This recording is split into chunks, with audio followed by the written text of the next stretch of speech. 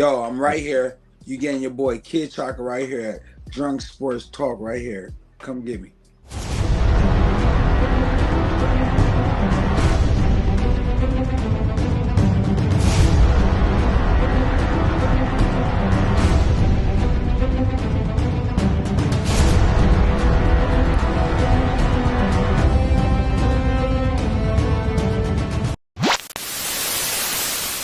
Y'all already know what it is. The most infamous sports talk show on these New York internet streets. It's your boy Johnny Cash. I got my guys with me at Television and Q. And today we got a very, very special guest, man. We got former WBO Middleweight Champ of the world, Brooklyn's finest. I know he originally from Michigan, but we claim him out here. He a Brooklyn cat, NYC. He one of ours. We claiming him. We got the one and only Kid Chocolate, a.k.a. Peter Quillin. What's going on, brother? How you feeling? Man, I'm just blessed to be on here with you guys. Yo, absolutely, man. I appreciate you doing this. Hey, Peter, I want to say real quick, man, I want to give you your flowers because I feel like sometimes people don't give you the props and respect you deserve. You did a lot for the sport. You're always outside. You're always accessible. Every time I call you, you always look out. When I bump into you, you always show me love. So I want to salute you and give you your flowers. You know what I'm saying? Appreciate that, brother. Appreciate you just recognize that, brother, doing that. So same for me, go for y'all as well, man. You know what I'm saying? So like it's always love when this is up. Absolutely, absolutely. All right, man. Let's get into it, man. Yo, Saturday, man. The boxing world was shaking up. Yes, it was. I know you seen the fight. I personally was stunned. I was like, yo, what the fuck just happened here, man? A lot of my boys were saying, you were Spence, D-Rider. I love Bud. I love Spence. But I was shocked, man. I was looking in the ring and I'm like, that ain't Arrow out there, man. That I don't know who that was. That was Arrow out there. It was? That was Arrow. I mean, it was Arrow, but that he didn't seem like the real Errol Spence. What's your take on this? My take is like like when you start getting to the point where you like losing weight, have to he been at 147 for how long? A long time. I don't know if it's just me, you know what I'm saying? Because I stopped. I went through all kind of diets and stuff, so I don't know what his weight looking like. But those big changes do take a toll on you later on. You think he was weight drained? I think he could have easily been, especially with the endurance of a fighter. A fighter's personality is strong, so it's kind of like you can't break the will. That's why a person sometimes die in the ring because they going out fighting. Yeah. You know what I'm saying? So what I tell you is that what we've seen is exactly boxing on the high. You had two credible guys at the top of their level, and one guy didn't look like he was supposed to be there. Yeah, that's what was so shocking to me. The one that now supposed to be, the one that looks like he was supposed to be there, round pound for pound, number one. Pound for pound, number one. Terrence fought like almost a perfect fight. I was hearing a couple of different people. I heard someone say that Arrow didn't spar in camp for 6 weeks.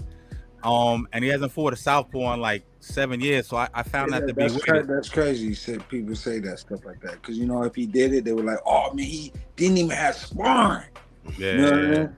So now when it's like coming down, so if it's something going to be to the point where your game is going to be thrown off, guess what you got to do? I can't fight. 100%. I agree. So you weren't shocked at all? No. Interesting. No. So what do you think went wrong for him other than, let's say because I saw his the Showtime thing. He hired a nutritionist. He had a chef, right? Saying that he was losing weight the right way. Huh? It always get technical when you got a few dollars in your pocket. Go ahead. Yeah, indeed. But let's say he wasn't weight trained. What went wrong? What went wrong as far as strategy wise, you would say? Well, first of all, he fought a dude that looked like he fished in sandals. So that'll tell you a lot about the guy that he fighting because like one guy got a lot of weight on the shoulders. He got rapper friends. Yeah. Who got the rapper friends out of all y'all? Who you think got the rapper friends? Out of all of who? Between Earl Spitz and Bud. Oh, Bud, yeah. Bud, yeah. Did you think Bud got the rapper friend? He came out with Eminem. He came out with Eminem. That don't mean they're friends. Oh, but he talking about he been hanging with True. Talking about like kicking it when you see him on social media, like. Yeah, Earl has that personality to me. All right. Yeah. So man, we look at the guy that's basically doing it from straight. I want to be the best. So for some reason, not to be biased, I like when I see black guys like him win. To be honest with you, especially in the climate of our black people, we need as many blacks to step up into the plate to be good example to our people, good character. But for some reason, our culture is different because we do accept ignorance a lot. And we look to these people that don't really do nothing for your community, listening to them. You know what I mean? So he looked extra slow. He looked weak. He kept pulling his head back, almost like what Ryan Garcia does, and kept getting caught with that jab. Also, what I noticed, which was crazy, was Terrence came out. We all know Terrence switches. He came out fighting southpaw, and he took away Errol's jab, and that's one of his strong points. How much do you think that set the tone of the fight when he came out lefty? I think thinking about things like that in the fight is smart. You know what I'm saying? Like one time I was fighting somebody and he turned southpaw, and I got this little punch that I do against southpaw that always work.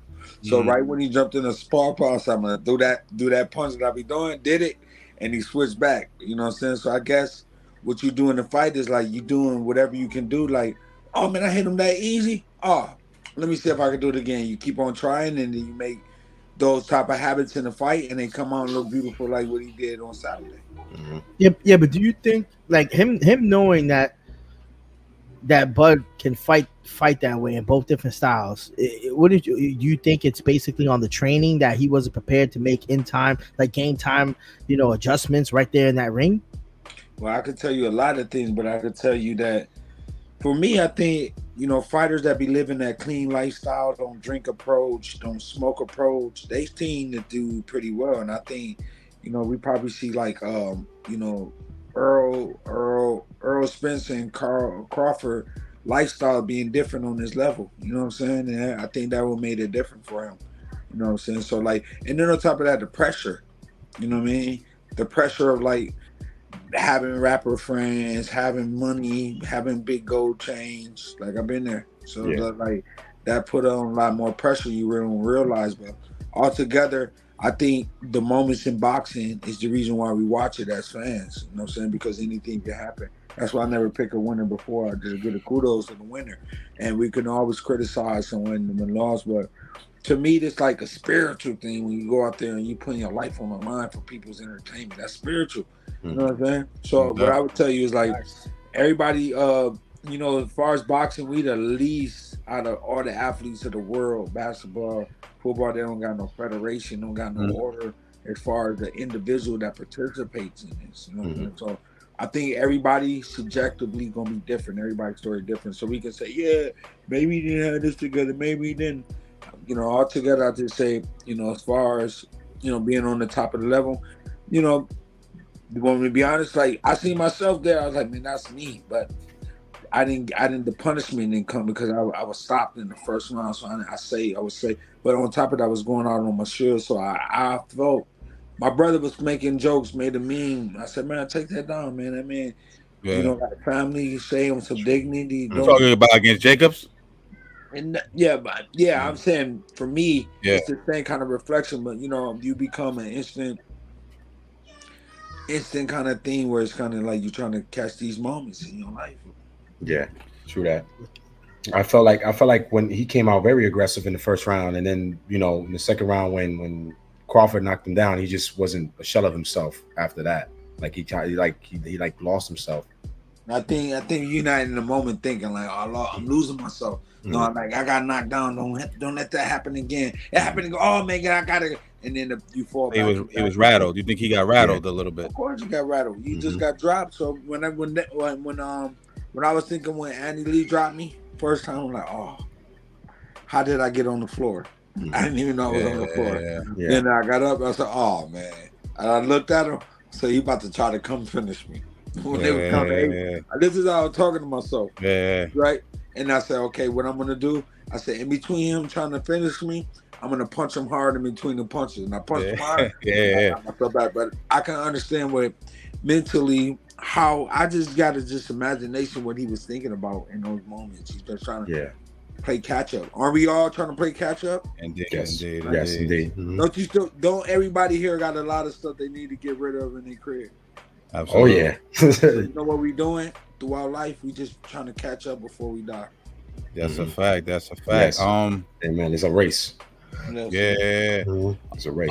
Any adjustments you think Derrick James could make if he takes? I know he invoked the rematch supposedly. I would say, hey, you know what I'm saying? Like he allowed. I seen in the moment where he was calling the dude, like Bo Mac, being disrespectful to him. Going to fat and all that. I gave Derrick James a lot of credit for being like a brother that seemed like he got swagger, got style, and you don't want to let a brother step you out of character, especially when he's just there for his fight. He's like, and it's crazy, and then like all Crawford is his own trainer. He just organized people around him. All right, listen, for me, that's superstar stuff when you can do stuff like that. So what I would say is I didn't agree Derrick James, acting the way he did. And, of course, everybody want to get their get back. And they're going to try to execute it as fast as they can. But every move could be your last move in boxing. Yes, sir. I watched them dismantle Ugas. I watched them beat Danny. I watched them go over there and take Kel Strap over there in the UK. I watched them outbox Mikey Garcia. He didn't. Sean Porter too. Yeah, obviously Sean Porter. Do you think you've been in big fights in your life? Do you think the moment was too big for him? I mean, they can. I mean, think about that question. It's a loaded question. It's like it's hard to answer that. We probably, if I ask all three of y'all probably would say three different answers. So I would just say, hey, I don't think nobody really thinking about at the moments when you got the biggest fight on your that. Oh, yeah, am I supposed to be here? Am I supposed to like? I don't think it's like that. I just think you're learning everything for the first time. So either you're gonna step inside your character or you're gonna step outside your character. You know what I mean? So I didn't see this way too much where people act like not no class on that level. So what I would just tell you is like, we talking about this fight. It was an exciting fight, one of the biggest fights of the history of boxing in our time. You know what I'm saying? So these are the next level. When we got our Tyson rinsed out, now we need those new faces, and this one of those new faces that we're gonna have to get used to looking at for a while. I have a quick question for you, my brother. Who would you like to see Crawford fight next? Man, wow! Of course, if he a real dog, he was calling on, I would fight Charlo. Oh, and he was talking, he was chirping to Charlo during the fight. But Pete, Charlo busy right now. He got. Yeah. But what I'm trying to say is like, listen, brother. So many people do the step around money, all that type of stuff. What I just tell you is like when it's a big fight out there, this is the time where they're gonna make big fights happen. They're gonna oh, y'all want to fight? Oh, yeah, let's get the money. These guys want to fight. What we gonna put? That's where we at right now. What he busy doing? He got Canelo September 30 or September 9th. Yeah. All right, so I wonder why Canelo fighting the smaller brother. You and the whole world wonder that. You should be fighting Jamal. But Jamal, if you've been seeing Jamal, something going on with Jamal, man. What's one be seeming like he be drinking a lot? Jamal, the one who's at 168. Yeah. Yeah, I don't know. Like I'm just done. Well, Canelo be, not to cut you. Canelo be doing his little, he be doing his little stuff to have advantages, in my opinion, on certain people, man. He probably saw, because look, Jamel has never fought at 168, so now he's jumping 2 weight classes. So that's a clear advantage. As good as a boxer as Jamel is, that's a clear advantage for Canelo, man. So it's a good fight. Which one got smacked by Caleb? Yeah, Jamal. Jamal. Which one? That's little brother. Yeah, what you think of that, man? Well, I think he got to outlive that moment because we're gonna be talking about that moment for a long time. For me, Caleb is a savage. Well, I tell my kid, my son, never ever let nobody smack you in your face. Right. And then he didn't do nothing. Where I come from, like what they did do something. He was just like maybe he thought in the moment that he got that one. But I want to know what he's thinking about right now. In between that time and right now, when we talking about this, what is he thinking about? Like, I'm gonna get him back. Because he's not gonna get him back. So it's like, what else did thing to do besides like? I want to fight Caleb. Yeah. But Jamal been out the ring for 2 years. Like he got to take a tune-up before he see Caleb. You don't think? Well, it's just depending on the type of. For me, like Trinidad, Peter Trinidad, then take tune-ups. Same with Arrow. Arrow said, "I don't take tune-ups." He been out the ring for 18 months. That could have played a part too. You don't think?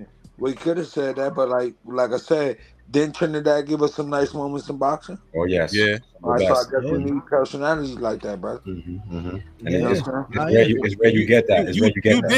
You did it, P. What do you think? You think tune-ups are necessary, or you don't think they're necessary? I think you should treat this like a real business, because they look at every little detail, every little situation trying to terminate you. Everybody, they trying to make an example out of everybody. No question. The opponent, from the manager to the promoter, you know what I'm saying? So this is a brutal game. This game don't love you back. You gave this game changed your life, and it'll come back and put you back where you started, brother. Oh, no doubt. You know what I mean? Come on, brother. So speaking of the tune-up fights, we know Errol didn't have another fight prior to this for 18 months, and it took a minute to even get the contract signed. Now, we know they've been trying to fight for a long time. Now, do you think Errol Spence and the Crawford fight would have been a different fight if they would have fought prior to the Ferrari crash where Errol Spence? You think it would have been a different fight? Yeah. I think that took a little bit out of him. That's like, man, do you know, like, I didn't think he even sounded the same after that. At all. His speech is slurred down. He's slowed down. It's not the same. Yeah. So, and then, you know what else? Let me tell you something. You see all my teeth? My teeth fake, man. I used to have a missing tooth. I got it fixed because some dude told me, let me fix your grill. I let him do it, and I done paid $100 and close to $6,000 on my grill. So every time I go out, some of those fights, I used to have my teeth breaking. I'm like, oh man, damn, I'm gonna have to get an interview without no teeth in my mouth. That's why you used to point at your teeth at the end of your fight? That was before I was comfortable with walking around with a missing tooth, before I got them fixed. But the dude that did my teeth did a horrible job. So what I would tell you is, like, people want to give you stuff for free all the time.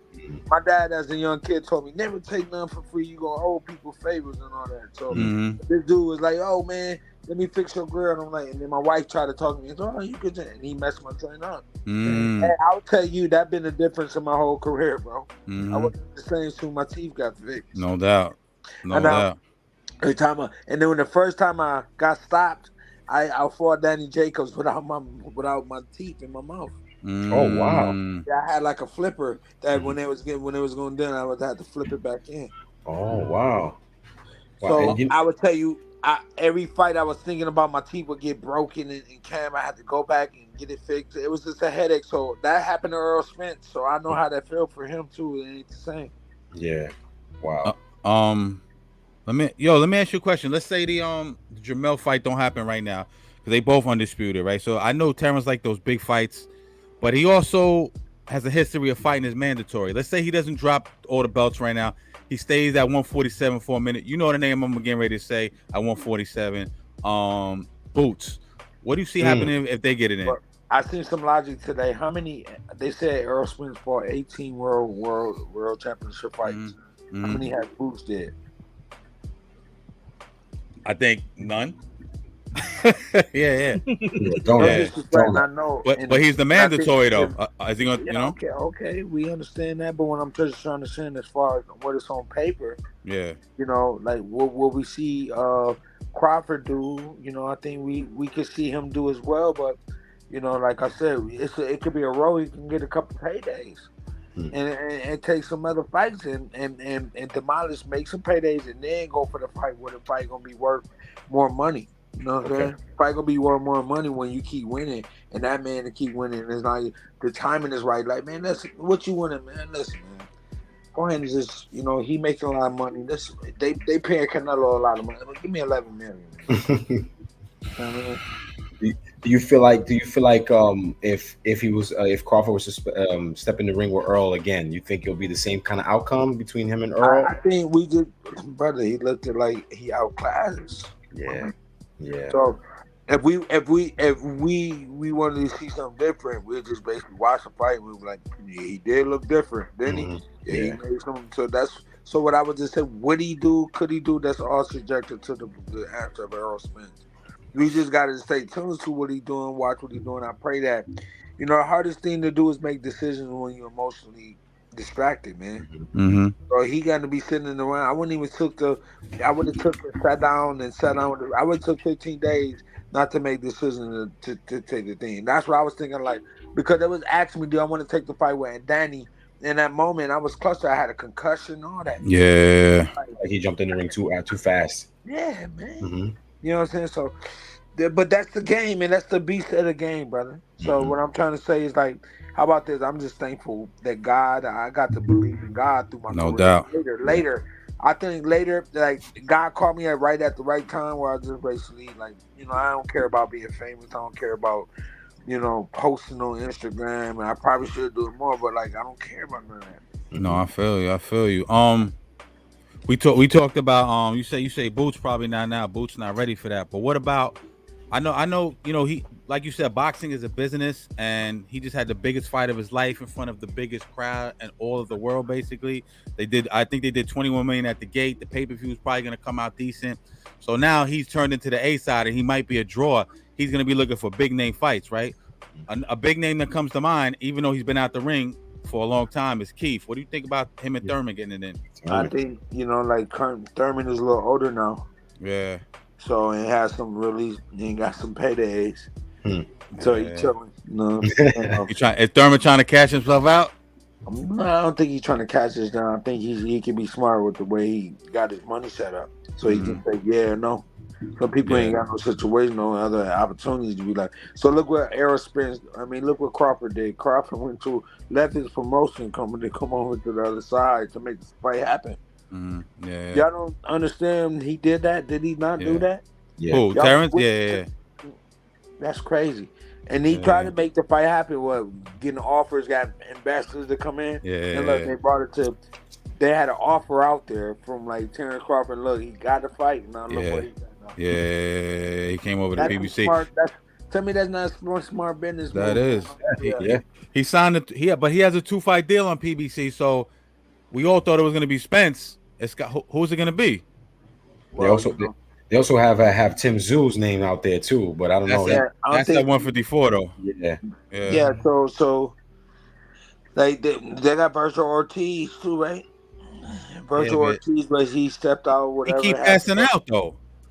Something's going on with him. Yeah.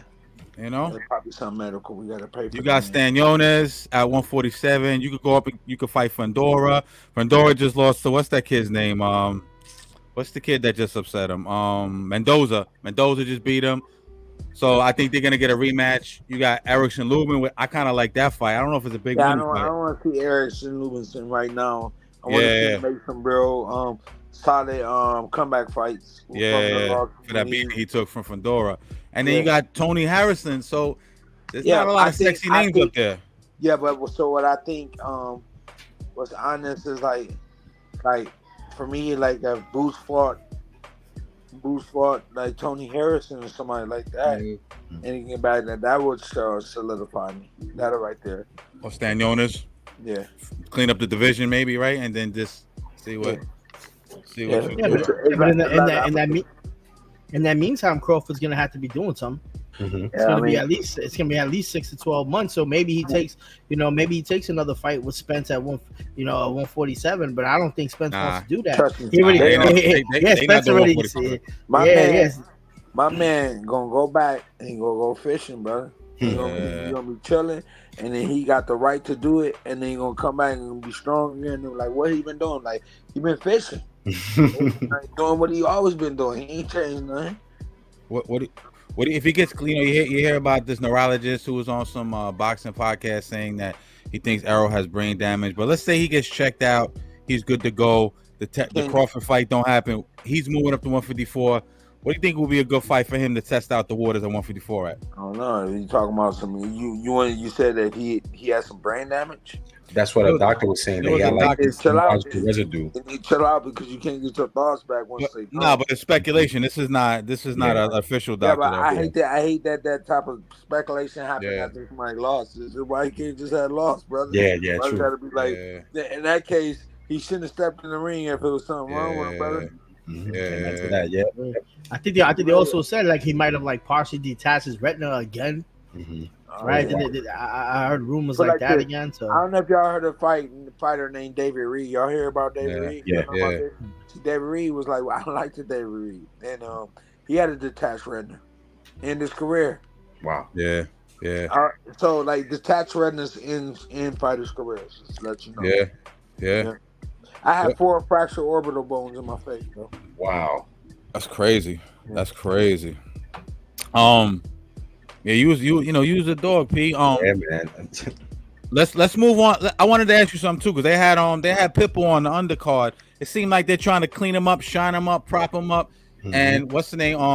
Tank looked like they want to spin the block. I heard Calvin Ford talking about that and try to knock him out, man. I don't like that fight. He called him out at the end of the fight. Yeah, I think I love Tank, but I think Tank needs to get in there with Ryan Garcia. Wasn't it? You know, he was he's the pretty boy with the social media fans and all that. But I think Tank need to get in there with some of these real dudes. Maybe a T.O., maybe a Shakur. I just think honestly, what we need to do. Yeah, the fights are coming. I'm just watching. I just like to know that, you read what Tank said about Crawford, correct? Yeah, I don't. Like, come on, you think he's gonna jump up 2 weight classes and fight Crawford? Well, somebody should hold him accountable for saying the shit, though. Yeah, true that. If you don't say that, then let's see you do it, then, bro. I would like to see him do it, but he got to finish his breakfast. He got Devin Haney down there. He got Loma. He got. I just read that David Haney about to Progress, yeah. Yeah, and then they about to hook up a fight with Lomachenko and Shakur. Yeah, I was mentioning that earlier. David Haney can come back. I heard that, but I also heard Kambosos maybe is gonna fight Loma, because they both with Bob. Yeah, because Shakur tweeted it today. He said, "Yo, champ, let's make this happen." Like he said he I wouldn't mind seeing the Shakur and Tank. Shakur and Tank. I would like to see Loma too. I wouldn't mind Shakur and Loma, but man, like my man, like Loma, when my man what's the Panamanian? What's his name again? What are you talking about? The first dude that beat Loma. Oh, T.O. T.O. from no, not T.O. T.O. from Lopez. That's who I was talking about. Oh, but he's not the first one to beat him. I think Linares beat him first. But yeah. Did he? Linares beat him first, yeah. But it was at a time when nobody wanted to fight him. Yeah. That he was the first young dog that stepped in. I'm taking it. Yeah. You know what I'm saying? So for me, I like guys like that. Yeah. He looked good against Taylor too his last fight. People thought he was washed, but he looked good at 140. Yeah. And I could tell that I called his dad because I know his dad. Send him my prayers and my blessings. Don't let what's breaking him, what's break him, the wife. This is the craziest thing. Under this level, it's 10 times worse when you're on another level. You break up with your. It's not the same, bro. Yeah. You know what I'm saying? Right, sometimes when you don't got no money, you both broke. You want to get up out the crib. But when you got no bread, you don't know who's there for you and who's not. Amen to that. That's so true. Yeah, that's true. What's up with you, man? What you working on right now, in terms of your life and stuff? Man, when you got a belief in God, man, I ain't have to worry about nothing. To be honest with you, man. I just gotta keep believing and shifting on God. I got some gospel music I'm gonna be dropping this month on the 23rd. The 7 Scrolls, Lifted by Yahweh tape. Me and my son on creatively, basically, leave a time for me and him. Like he's about to be 9 years old, and I've been recording his music, and I thought of a good way of leaving like legacy for my kids, something I can, physical buying material stuff. I want to do some creative where I can leave it behind. I say, my papi gone. My kids call me papi. No doubt. When it's and I asked him today, I said, why do you think it's important for me to put this EP out? He said, because me and you can help change the world together. No doubt. That's deep. Beautiful. That's beautiful. Let me just correct myself, because I know or the hardcores. I'm a hardcore, but they're gonna try to jump on me. It was Toledo, not Linares. Linares knocked Loma down, but Toledo actually beat Loma. Yeah, in his second fight. Yeah, Toledo, my bad. Yeah, but what I'm trying to say is that was so long ago. I'm talking about when he really got his foot wet to be professional. Nobody wanted to nobody wanted to see him dance with him, bro. Yeah.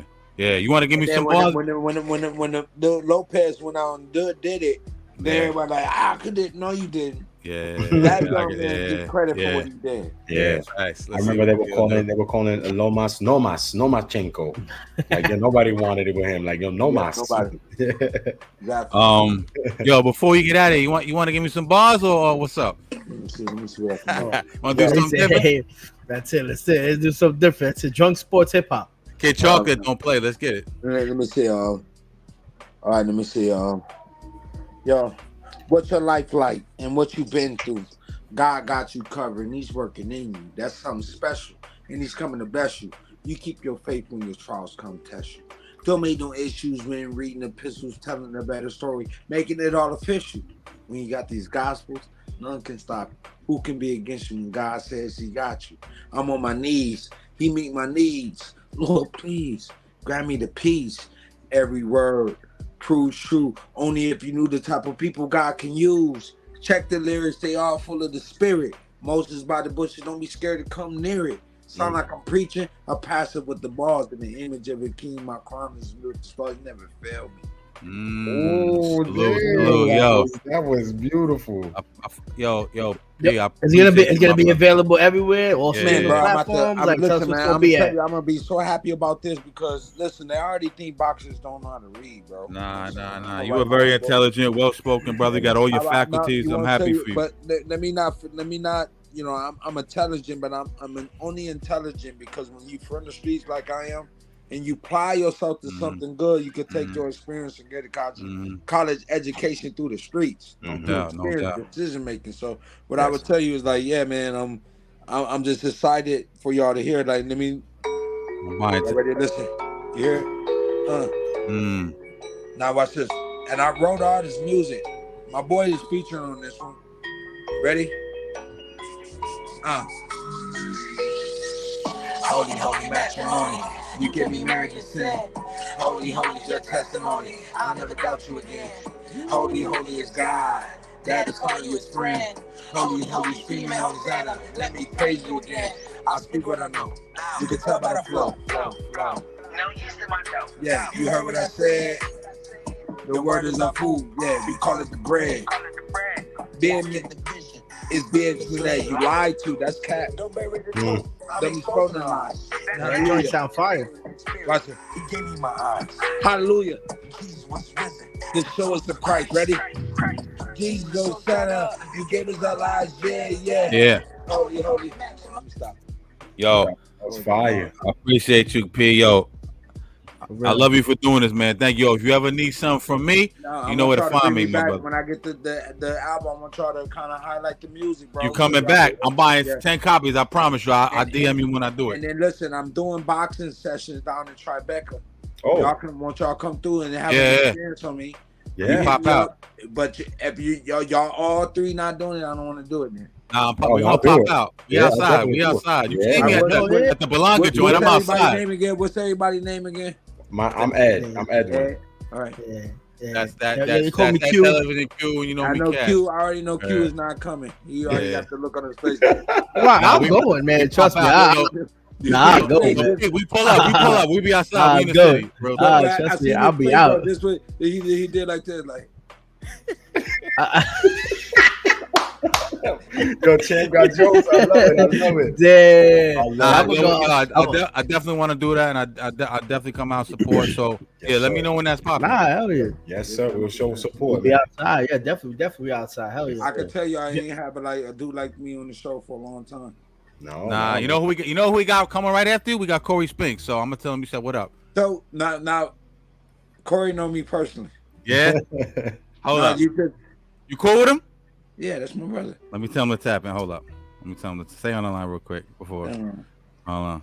You know, I know Cory personally. Like, I didn't been in camp with Cory. Oh, that's fire. So, like, Cory know me, like, before I was married. Wow, that's dope. That's dope. Y'all ever spar?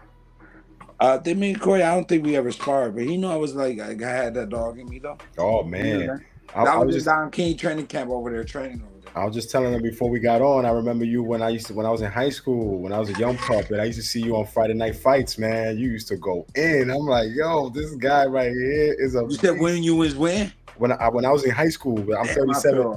I'm 37 now. So when you was in Friday Night Fights, I was like 15, 16 around there. And I used to watch you on Friday Night Fight. I was like, yo, this dude is a dog. So he's a killer.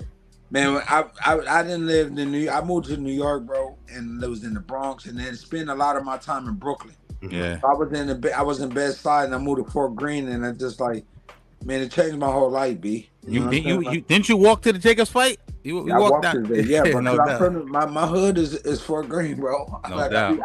Like you could catch me like who I didn't seen. Wait, you was in Fort Greene. You was in Clinton Hill because a lot of dudes be capping. They be right up the block. No, brother. Like I was listen, and anybody call it Clinton Hill, they not from Brooklyn. You know what I'm saying? They ain't call it. When I first moved, I moved to Clinton Hill, but real quick, I was in the style. Yeah, no doubt. You know what I mean? Yeah, facts.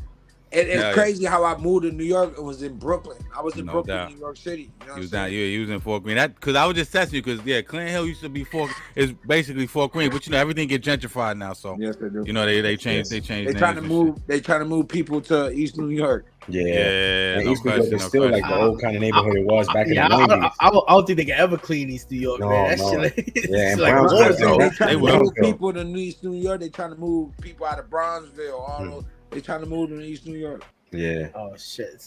East New York was no joke back in them days, man. Brownsville, East New York. It's still no joke. You been in East New York lately? I haven't been there in years. Last time as a matter of fact, I was in East New York yesterday. Man, on Linden. I was right by Pink Houses. I used to date this chick in East New York, and when I went to her projects, I couldn't even go in. They were like, yo, $5 each. I would have been down with her right there. Like word. It's not gonna work out, right? Word. All right, he getting ready to tap in. He just told me he about to go on the line, but yeah, that's dope, man. I'm gonna make sure I show up now. Now he got jokes on me. I'm gonna show up to that gym. Watch my running shoes. But if you come to the gym with that face that you had on, then I'm like, that's just his face.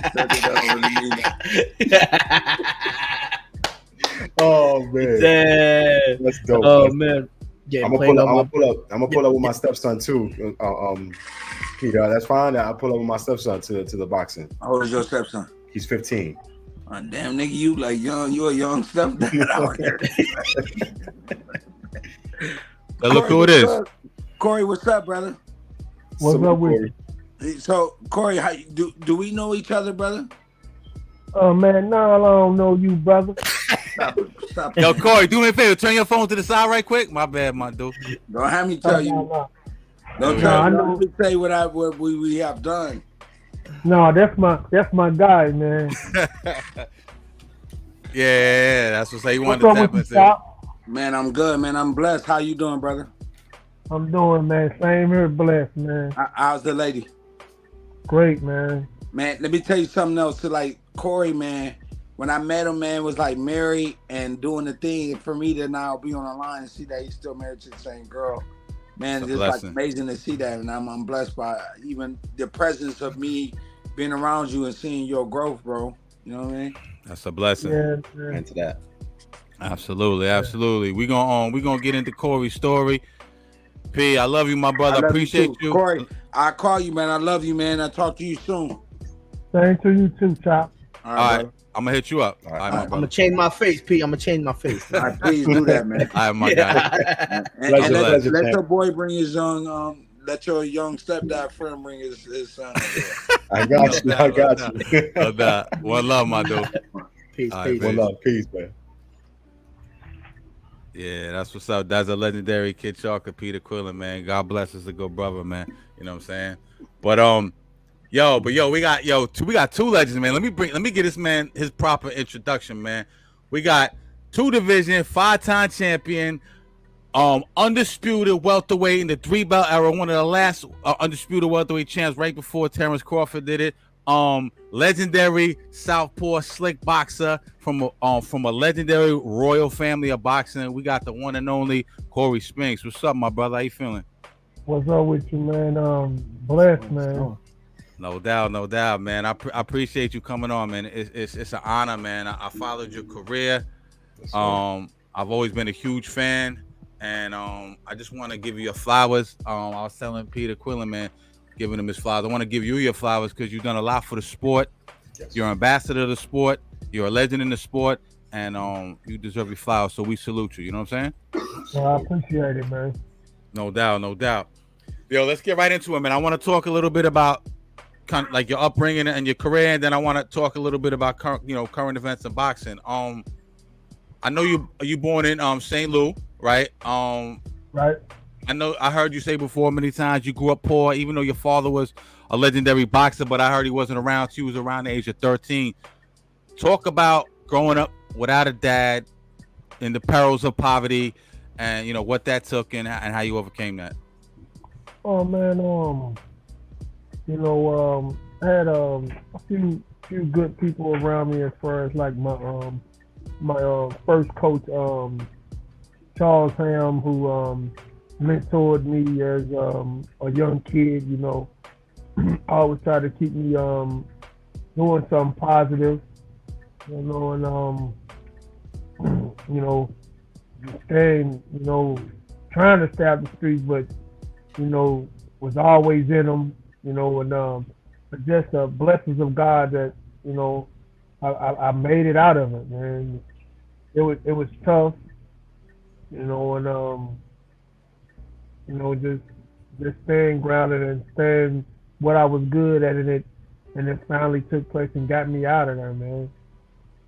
Absolutely. How'd you get into boxing? Obviously, your father and your uncle, legendary fighters. But like I said, they wasn't around. How did you get into boxing? Well, my older brothers was boxing before me, but as a baby, they used to take me to the gym at times, around my mentor, our head coach, rest in peace, Charles Ham. He had like a storefront. He had like a furniture store, a boxing gym, and a barbecue place. And he used to just have all the neighborhood kids come to his gym, and he didn't charge us. Took care of all of our fees when it came to boxing, and just was a good man. But as me, growing up around the boxing gym, I knowing who my dad was and everything, I was stayed up under mommy. But my brothers just was boxing. I was going to the gym all the time, and it was just it just became a gift. I didn't growing up around it. I didn't have to learn how to box. Already when it was time for me to put on the gloves, I already knew how to move my head, keep my hands up, basic jab and all that. I started boxing. My first fight was actually at the age of 8 years old. Wow. I already knew how to, handle myself. And as I grew, my skills got better and better. So. Absolutely.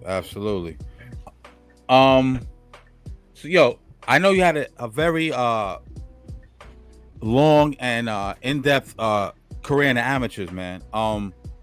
Did that help you prepare for the pros? And who are some of the notable guys you might have came up with in the amateurs around that time? Well, came up with like Jermaine Taylor. Who else? Ricardo Williams. You had Rashid was young, was a little bitty boy though. You had Fernando Vargas. You had all the guys in their little area. Floyd was from Michigan. Who else? There was that whole like Olympic team, Yeah. We all used to see each other at the nationals, because every tournament I fought in, every national tournament I fought in, I went to the nationals. And Jermaine Taylor used to be on our team because for the regionals, Arkansas had to come to St. Louis. Yeah. At 47? What were you guys at that time? No, I was like about 100 pounds. Oh shit! I think he was fighting heavier. He was fighting heavier, and but this was like every year though. There was like every year. They always came to St. Louis, and we all fought in the regionals. We fought against Arkansas, every regionals, and then we who all went out. We'd form a team, and we'll go to like the Junior Olympics and all that. So I've been New Jermaine and all those guys. That's what people don't know. We start building and making relationships in amateurs because we go to the nationals. We always around these guys. Right. So we already know some of the people that that's supposed to become superstars in the amateurs. Right. So we're very familiar, and it just so happens, when you turn pro, the weights fluctuate, so you can end up in the same division. So that's how it all is. But some people, the amateurs make pro easy. But it's much more dangerous than the pros. But why I say the amateur makes the pros more easier because the amateurs are fast. Yeah. Fast. If you can get out of the way of the punches in the amateurs, when you turn pro, the pace slows down. Right. Pace slows down, no doubt. The pace slows down, but it gets more dangerous. No doubt. No doubt. So it can help with your defense because you're already moving from them throwing all these punches. So that's what helped me, be hard to hit when I turned professional. No question. No question.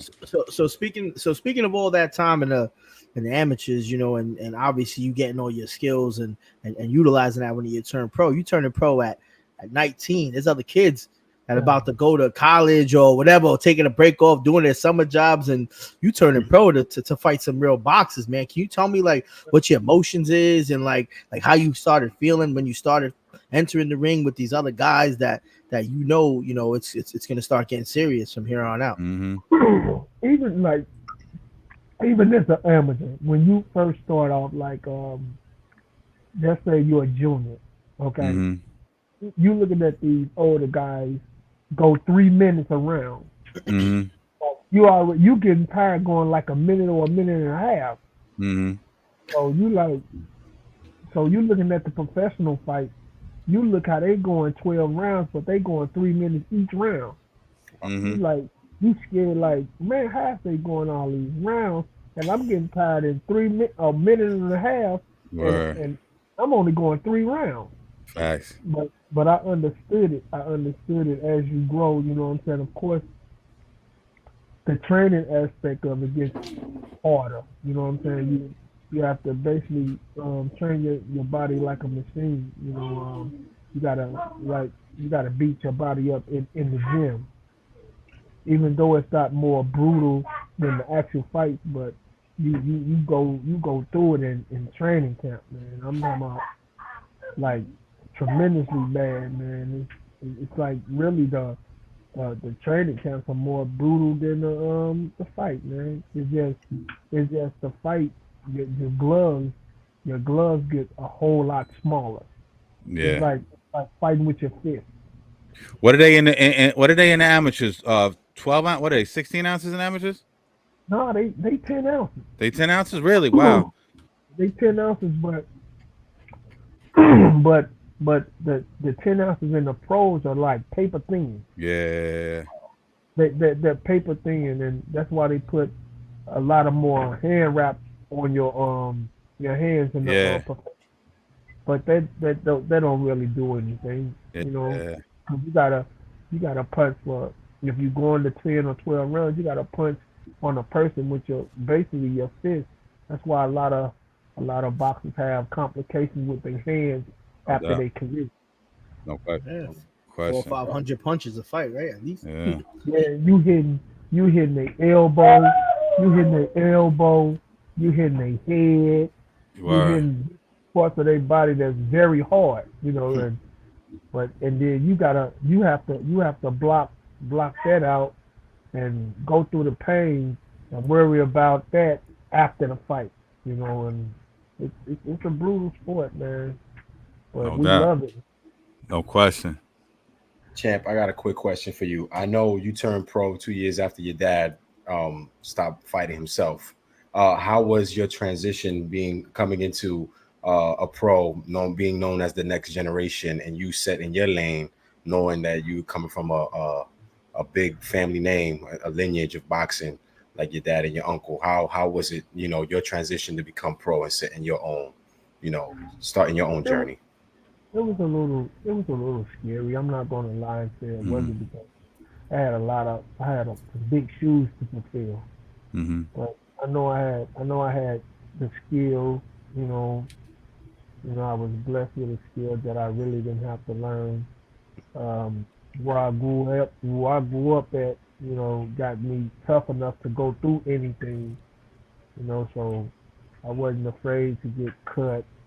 Wasn't afraid to feel a little pain. You know what I'm saying? So that also helped me, transition into the pro game, because in a pro game you get head butted, you get elbowed, but you gotta block all that pain out.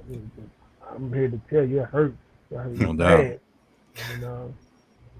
And that's if a person's not mentally fit for that part of the pro aspect, they'll never achieve anything, man. No doubt. Ed brought up your father. And I know you were boxing while he wasn't in the picture, but at what point did he get in the picture, if he did at all? And what advice did him and your uncle give you, or what did they add to your career, so to speak? Man, actually, like, um, he was like, I actually, when I was fighting, I actually quit for like almost 2 years. Wow. I quit for like almost 2 years, and things happened in my life, like people was dying and everything. So my brother Daryl, was still boxing. My brother Leon had passed away, but my other brother was still boxing, and he turned professional. And I used to go to their fights, and it was just a little buzz. People was like, man, his little brother would have been cold and all this, and my mentor, Charles Hamner, was steady trying to get me to come back, so I finally ended up coming back to boxing, and it was like instant success. As soon as I came back, the same year I came back, I ended up winning the Golden Glove Nationals, and then right after the Golden Glove Nationals, I fought in the Pound Nationals, and I won that. They came after me and offered me something I couldn't refuse, so I turned professional. And I ended up, it was a big while, because I got to meet Michael Buffer, my first pro fight. Wow. It was on ESPN. I got to meet him my first pro fight. Nice. And, I fell deep in love, and started my journey up to world champion one day. No question. I never looked back. Absolutely. That's beautiful. Were you with Don right away when you turned pro? No, I was with Top Rank. Oh, okay. You was with Bob. Okay. Yeah. I wanted to ask you. You started your career pretty well, man. I think like what is it, 29? I read it, 29-2 or something like that. You had the loss to Diaz, and then the loss to Piccirillo in Italy. I know that was like a controversial thing. Yeah. Talk about that fight, because you eventually spin the block and you go back and you take care of business. Well, the first one with Diaz was like, it was really early in my career. I went like 2 6-rounders. Yeah. And it was on the Oscar De La Hoya Chavez 2 undercard. Yeah. And I think Diaz fight. Yeah. He was already going 12, so I was like, I beat him. So they was like, who went to ask to fight him, you know what I'm saying? Even though I never went past 6 rounds or whatever, he had the IBA title. Yeah. Right. But they said the only way they'll fight me if I fight them in his backyard. California. California, and then Heat, man, and so I went to Indio, California, and fought him. And I beat him, but they ended up giving it to him on a split decision. Yeah. So after I fought him them 12 rounds, I went back. I went back down to 6 rounds. Yeah, your next fight, you won it in 6 rounds. Yeah. I went back down to 6 rounds. Then I made my way up to the 10th round fighting, and I went over to the fight. I finally, I won the NABF to get mandatory for the IBF. I was still with Bob Burnham then, and things went, was kind of rocky. Right. And, I had to go to Italy. And to fight Piccirillo. Yeah. And they sent me over there with no protection. Wow. So I'm over there. Yeah, they sent me over there with no protection. I'm fighting against a Don King fighter. In his own country. Don was there. The guy manager was banned from the United States from being mafioso. Wow. And it was like only 300 people. And you're black, and no disrespect, but to Italy, but back then how them Italians was living. But it was like so they rolled out the red carpet for me when the first time I went over there. So they already had it planned on what I was gonna do, hooked me up with an interpreter, I have, and then I have, enough time to, adjust to their time difference. So because I went over there the week of the fight. Yeah. Right. It was like I'm over there, I'm trying to sleep. I'm up in the middle of the night, roaming through the whole hotel, man, like because I couldn't sleep. I'm all in the kitchen, right? all in all kind of stuff, man. Like trying to find something to do so I could get some sleep over there. But I ended up fighting them. I beat them. Right. And, this was the first time I met Marvelous Hagler because he stayed in Italy. God rest the dead. So, yes. Rest in peace. Marvelous Hagler got in there and told me like he won this fight and got right back out the ring. Correct me if I'm wrong, champ. You both fights you fought him. It was in Italy, right? Yeah, it was in Italy. So I'm gonna tell you okay. Now they end up getting me on the first fight. So it was like a lose-win situation because if I'd have won, I'd have had to stay with Top Rank for like 3 more years. Right. But since it didn't go my way, my contract with with Bob was over. Yeah.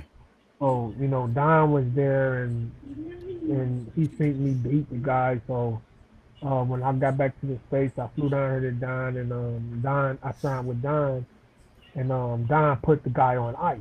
Yeah. For a whole year. I had to fight Rafael Pineda to be mandatory. And I beat Rafael Pineda, and so I went back over there. But this time I went over there 10 days prior to the fight. So I trained over there a little bit.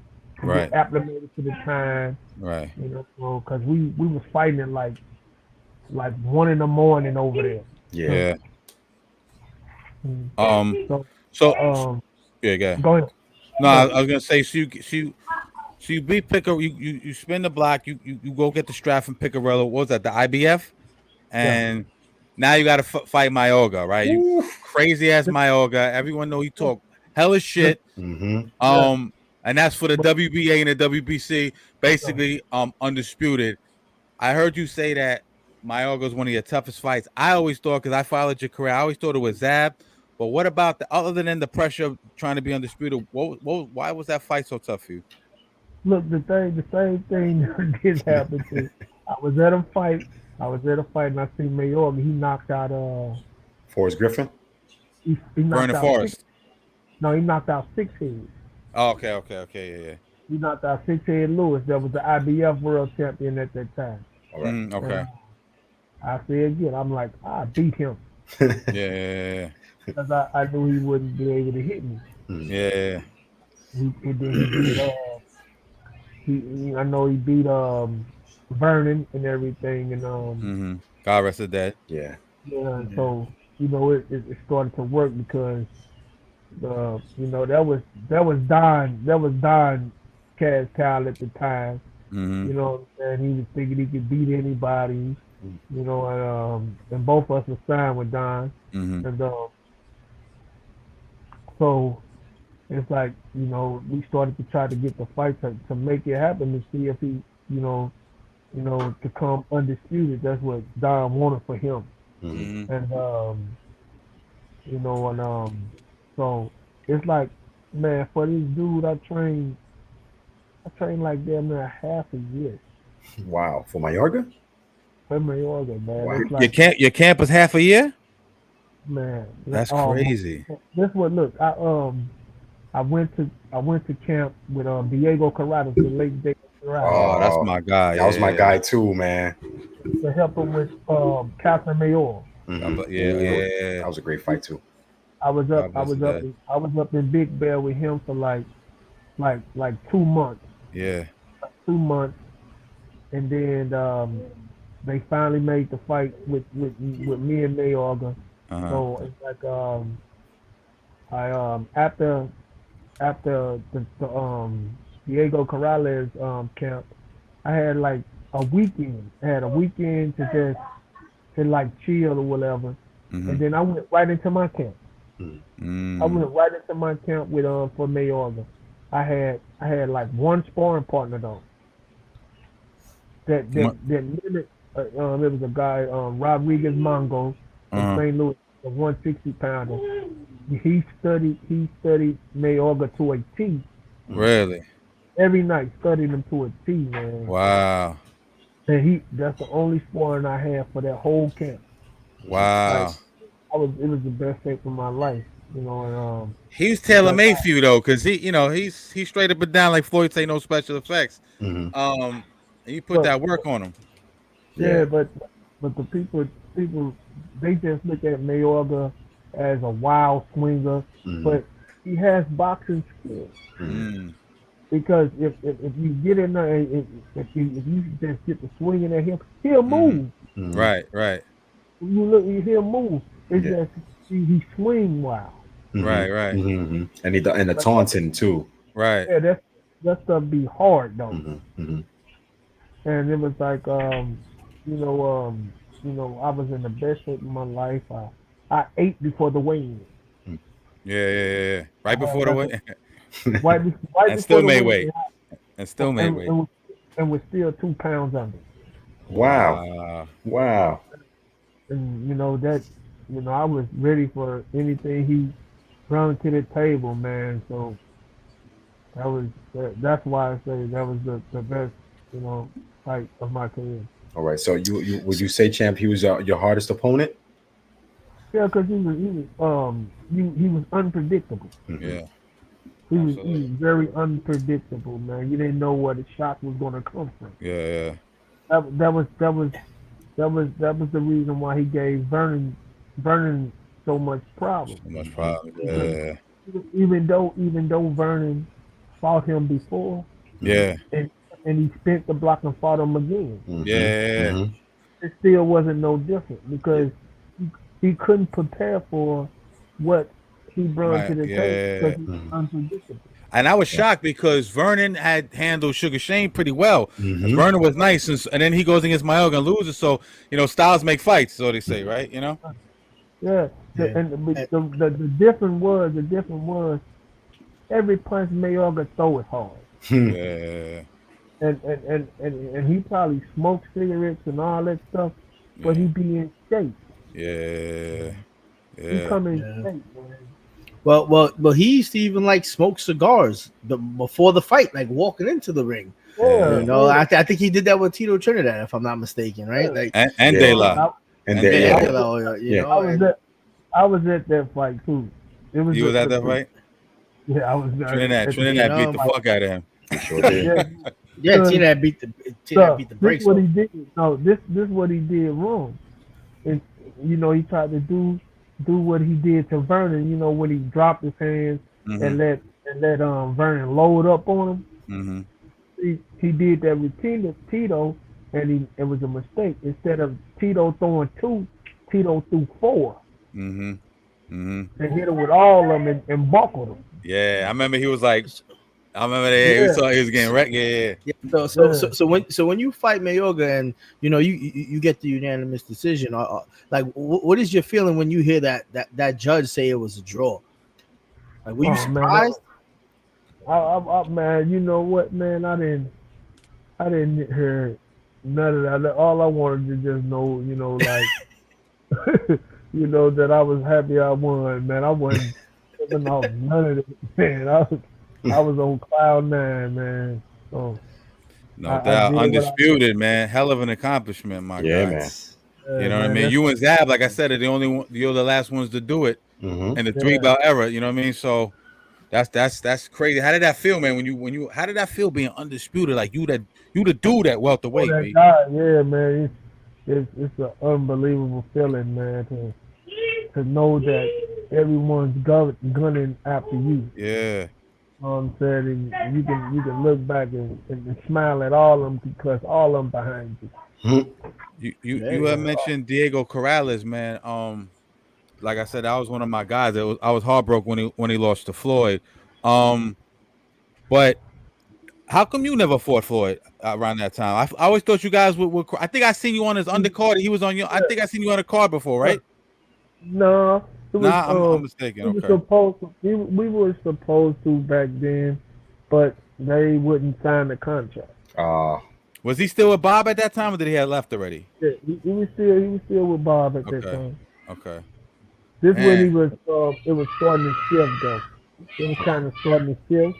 Yeah. Everything, but it was supposed to happen, but it didn't, man. So. He was money man at the time. Was pretty at the time. Pretty boy. It's pretty boy. He was pretty boy. Yeah. He was pretty boy. I think you might have could have not because you here, but I think you might have been able to get him. Man, I wanted it bad at that time. Yeah. I could imagine. Because I seen Floyd against Zab, and Zab is a southpaw. He was giving him a little bit of problems, and then it kind of fell apart for Zab. But that was a late down Zab career. It wasn't young Zab. That wasn't prime Zab. He was still a problem, but it wasn't the fresh. You know what I'm saying? The fresh Zab. Yeah. He already been knocked out and everything. Indeed. Yes. So you beat Zab the first time, right? And then you have another fight, and then you fight Zab again. Like, did you expect that second fight with Zab to go the way it did? I expected it to be worse because I really couldn't make 47, and I had caught Crohn's disease in camp. Oh wow! Damn. But I fought it anyway, because I knew what it would have been for my city. So yeah, and Crohn's disease is no joke. You suffer from a lot of fatigue from Crohn's disease. Yeah. I still deal with it, man. Really? Wow. Sorry to hear that. I had that for the rest of my life, man. Wow. God bless, man. God bless. Yeah, and then at first, at that time, I didn't know what it was. What was so tough about? My fault. Yeah, continue. I thought you were done. It was, I was in a hospital in camp and everything. Man. Wow, really? Yeah.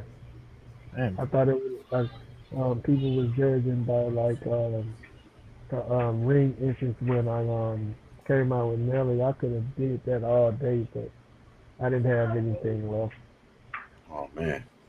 Yeah, I ain't have nothing, man. I should have been over in the first round, man. Yeah, but you show hard. You show hard. Even showing up to that fight and putting on the show too. The crazy thing, they had me winning the fight. Mm-hmm. At the time of the Wow. Yeah, they did on the card. Yeah. Yeah, I thought I wasn't doing nothing. Wow. That's real right there. Yeah. Then you move up and get that IBF strap. Talk about that a little bit. Well, my chair. yo, this ain't drunk sports talk that I don't know what it is, right? You drunk like a motherfucker. Not even that, yo. This is a new chair. This is a new chair. I'm trying to break it in. Yo. I'm trying to spread. Yo, it was like the room needed to breathe for a minute. Somebody just knocked you out. He was talking about Crohn's and Zab Judah fight. That shit got me. I'm like, no, I gotta make everybody laugh real quick. Oh man. Yeah, but I knew what was the problem with, but I didn't make no excuse. Zab was the better man that night. Right. I shouldn't have been up in there. But I went back to the drawing board. Yeah. People were saying I should have, took a much easier fight because I took on a monster at 54. You know what I'm saying? Yeah. I guess they was calling him the boogeyman a little bit at that time. And I said I beat him. So I moved up, and my first fight was at 54 was against the IBF World Champion. So, yeah. I just boxed the socks off of him. Yeah. Didn't they call him Made in Hell, something like that? Yeah. Yeah, he was tough though, man. He was just tough. It just so happened like all these tough guys that I do fight and even though like I beat him, his next fight he gets knocked out. Damn. It's just like when I fought Jermaine. Yeah. Jermaine was much bigger than me. I wasn't no 150 pounder. Mm-hmm. Even though I really beat Jermaine, his next fight he gets knocked out. Wait, was that before the B-Hop fight or after? That was after. After he won them straps. Okay, yeah. That was after. Kelly Pavlik fought him after he fought me. Yeah, and gave him that work. Yeah. Wow. Yeah. Kelly Pavlik. I feel like he peaked when he fought Bernard. You know what I mean? I felt like it was kind of down, like a little bit downhill there. Him and Winky had the draw. The thing is, Jermaine is a very strong. Mm-hmm. So what he did with Bernard, he just kept swinging. Mm-hmm. He just kept swinging, and Bernard didn't want to open up to take no chance. Yeah. He felt he was so strong, man. Yeah. He's always been like this in the amateurs and everything. He was just always strong. It's just his skill caught up with his strength a little bit. Facts. But he didn't do nothing special to beat Bernard. He just was swinging. Yeah, he's more active. Bernard just wouldn't open up. Because he was so strong.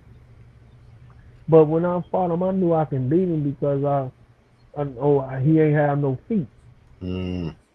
So I just boxed him. You gotta use that ring. Yep. Yeah, the crazy thing about the Jermaine fight, man, I counted how many times Jermaine hit me. Wow. Out of a 12-round fight, man, Jermaine didn't hit me no more than like 5 or 6 times. Man. That's crazy. Yeah, that fight went to a split decision too, right? Yeah. Yeah, you were mad slick. You were a nightmare, man. Yeah. Yeah, because he was an HBO fighter. Yeah. Mm-hmm. Yeah, politics. Yeah. Yeah. Though you were involved in some legendary fights, man. And we just saw a legendary fight this past weekend, man. I know you watched. The whole world watched. I was just talking to Kid Chocolate about it. He said he wasn't as shocked as I was. I was totally shocked. I didn't think Errol would get outclassed like that. What was your take on that fight?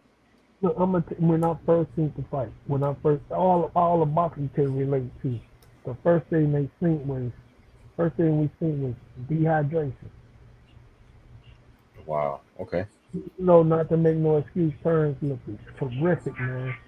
Terrence is a monster, but when I saw saying that how wobbly Spence was and all that stuff, and he's already trying to protest that he was going for like a year before this, but he ended up just making 147. Yeah. Dehydration. No. So you think he was weight drained? Weight drain. no legs. That's why his balance was so messed up. Come on, listen, he's been hit harder than that with a jab. Yeah. With a jab, and plus this accident, you know, him already going through that accident and then having to drain his body and all that. Yeah. And he always says he had a problem making 147, but I guess that was a big money fight. Yeah, not to say that the outcome wouldn't have been different, but that definitely has some players where he got him whooped like that. You know, because if you look at it, he didn't have nothing on his punch. Nothing. I was shocked because Errol can fight. Yeah, Errol can fight. But and then that what made it so easy. That what made it so easy. Like for real, like look like at 47, like Ugas was his last hurrah at 147. Mm-hmm. Yeah. He punched much harder. Yeah. Yeah, it just caught up with him that night. Yeah. He had nothing that night. I was stunned. Yeah. Only the first round I saw that he came out aggressive. Yeah, like, but that's a feel out round. Yeah, true that. But not to take nothing from Terrence. Terrence bad, man. Terrence a bad man. Yeah. And Terrence came out southpaw. I know they had to be prepared for that, but you as you fought southpaw, did that take away Errol's jab? Because that's his bread and butter, Errol, his jab. No, not really. But some southpaws don't know how to fight southpaws. Yeah, and he hadn't fought one in 7 years. They said. When a southpaw fight another southpaw, he's supposed to move to his left. Yeah. And watch some counters. Once you attack. When you go up out of there, you go to your left. Yeah, no doubt. Do you want to see that rematch, or you think they should move on?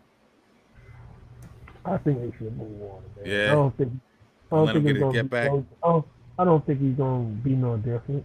I think every dog has his day, but some people just have other people's numbers, man. And I think Terrence got his number because what's gonna change with Earl? He probably be a little stronger. He probably be a little stronger and all that, but it ain't gonna take away from Terrence counter punching ability. Mm-hmm. You know what I mean? His IQ. Mm-hmm. You know, he just possesses some tools that Earl don't. Mm-hmm. So now, hypothetically speaking, let's say if they were to take a fight, let's say if Terrence were to take that rematch and then move up to 154, hypothetically speaking, do you think it'll be a different fight at that weight?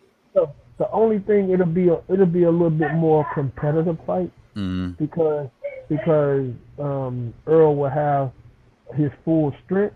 I don't think he will beat him though. I don't think he'll beat him because Terrence gonna bring up that accuracy. Yeah, and he's gonna bring up that ring smartness. Yeah, the IQ. His IQ looked like I always know he was a great fighter, but he looked like he took his IQ up to another level. That fight. Yeah, you know what I'm saying? It seemed like he studied what he is. He's a sharpshooter. Yeah, facts. Yeah, he's accurate. And Earl is not. Earl couldn't get to that body like he likes to. Yeah, Earl is a banger. Yeah, Earl bangs the body trenches to wear you down. Yeah, you know what I'm saying, and all that. Terrence Crawford is a different fighter. He's a sharpshooter. Where do you think Earl goes from here? He can still do damage, but it all depends on how his body reacts, man. Like, real, I don't think nobody can, predict because that car crash could have took a lot out of him. It just waited to that day to do it, and then the beating he took. You know what I'm saying? Yeah. He cannot be the same. He cannot be the same Earl Spence because, for one, people are not going to respect him like they used to. And then when you move up to 54, you going up there with some more big punches. I'm gonna tell you this right now. The 147, and the 154 power is totally different. Totally different. You got to get acclimated to that. You got Lubison, Fandora, Tony Harrison, Jermel. There's a lot of guys up there. Who do you think he would fight up there though? Like if you had to pick his first fight at 154, who would you like him to see him against? Take a light touch like a Danny rematch or maybe like an Arislan De Lover or something like that. He can. He can, but I think he should. Really be careful and like get acclimated to it. I don't think he should bite off a head like that. Even Ernst moving, I don't think he should. Yeah. I think he should really take it easy and take a real tune-up. Yeah. Take a real tune-up to get. Get acclimated to it. Fight a person that has a little strength in 154, but I don't think he should go for nobody they're gonna be like, oh, he's back and all that stuff. Maybe like a Montiel, maybe, or I know what you mean. Yeah. Well, we saw kind of what it did with like Canelo when he kept wanting to move up, and then he had to fight Bovo, and got destroyed. He's gonna fight Charlo, and he's trying to come down. I don't think that's gonna be good for him. Yeah, I don't think he's coming back down. I know he said he'd come back down to see Terrence, undisputed versus undisputed, but I don't think he's coming back down. Charlo. Yeah, Jermel. Yeah, he's gonna fight Canelo, but he's jumping up 2 weight classes. I know he said he's gonna come down, but I just don't see him coming back down. I think he's gonna stay at least at 160. What do you think about like Errol and maybe Keith finally getting it on at 154? They both, have a little ring rust. What do you think about that? That's what I'm saying. Like I have to see. I have to see Earl fight someone else, man. Yeah. To really say, okay, I think he'll get him because I can't judge off this last performance because he took some punishment. Yeah, he took some punishment, and I can't blame it on the crash, but I think the crash had residual after effect of like how he like his speeches sounds different. I remember I watched the show with Cash, man. I watched the fight with Cash, and I'm like he sounds different. Yeah, he's talking different. He sounds slower, man. I'm like he sounds like he's under an influence almost. Yeah, exactly. Yeah. Look, his head, you know what I'm saying? Them doctors are hitting it on the head. The doctors are coming out and hitting it on the head. Earl done had a detached retina. Yeah. You know what I'm saying? And everything, man. Twice. For real. Yeah. Yeah, for real. He couldn't leave it alone. Yeah. Facts. And he jumped in the ring too early to fight Danny Swift after the crash. He didn't made enough paper to sit down. He really could sit down, man. He can leave it alone. Yeah. Right. Yeah. Look, that's what put me into retirement. Right. I had a detached retina. Yeah, no doubt. Wow. Who else? Sugar Ray Leonard. Right. Sugar Ray had an attack. I never knew that. Ray Leonard. Yeah, he actually did what Earl did. He had one that came back and fought Thomas Hearns. No doubt. He retired right afterwards. Wow. No question. You're definitely the story of the game. You're one of the best southpaws I've ever seen. I got mad love, mad respect for you. And I appreciate you coming on, man. Real talk. Every time I've tried to get, every time I call you, respond, and I appreciate that. And like I said in the beginning, I wanted to salute you and give you your flowers. Yes, sir. And I wanted to know. We had legendary boxers Peter Quillin and Cory Spinks on the same show. Nobody doing that. Check this out. We got my brother. We're going to talk some MMA right now. This ain't my area of expertise, so I'm going to let my man at television, and I'm going to let this young brother right here, y'all could talk it out. Let me just get the right view. Hold up. My man, Hey, Q. It's my guy. It's my guy. Can y'all hear me? Can y'all hear me? Can y'all hear me? Yes, sir. Yeah, we here. Hold on once. Let me get the right view for y'all. Hold on. Y'all hear me G clear? in the Y'all hear me building. clear? There we Everything go. good? Y'all hear me clear? I hear you loud and clear. G, what up, my nigga? What's good? Yo, What's good, son? what up, niggas? Awesome. What's good, G? Awesome sauce. What up? G, Yo, yo, hey, G, hey, yo, yo, G. hold on, Listen, hold on. G Before we coming. start, Hold up, wait. G. Before we G, start, look at no, G setup though. G is lit. Yo, my nigga, let me tell you something. Now, let me tell you something before I start. Yeah. I just want to give y'all some flowers right now. Yo, I know you just brought me in now, and I know you had a previous famous boxer, awesome boxer before, but to witness the end half of the conversation with Spinks, yo, B, that shit right there is fucking epic right there. You guys had the fucking like, you guys had the opportunity to fucking have this person speak about his opinions on these moments. He's beaten the greatest boxers in the world that we love. He's beaten them. And you guys had him here. So, No doubt. shout out to Drunk Sports Talk. Appreciate Y'all that, my niggas guy. is fucking really moving right now. We outside, G. We outside. You know Y'all we outside. Y'all inside, but y'all outside. Yeah, we're inside, but outside. Let's take a shot. Let's take a shot for Drunk Sports Talk. Cory Spinks and Peter Quillin and my nigga G. I got my beer here. Cheers. Let's go. Tequila. Cheers. Take a shot for you. Take a shot for you. Let's go. Ooh. All right. Oh boy. Let's get down to business, man. I want y'all to break down the last weekend MMA card for me. Man. Well, before that, I want to say something. Yeah. No damage on what Sphinx said, but I'm gonna say something about that damaged retina stuff. My man Michael Bisping won a championship with one eye. Yes.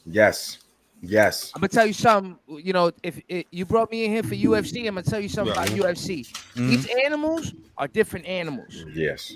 These men that choose to, one, they don't wrestle in fucking shorts.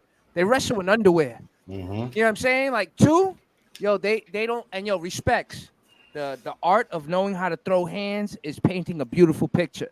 But the art of being able to dodge everything that your opponent can throw, hands, left, feet, grab you, choke you, bring you down, wrestle you, have a fucking, my man Bisping got a broken eye from Anderson Silva off a leg kick, and he kept going until he won a championship.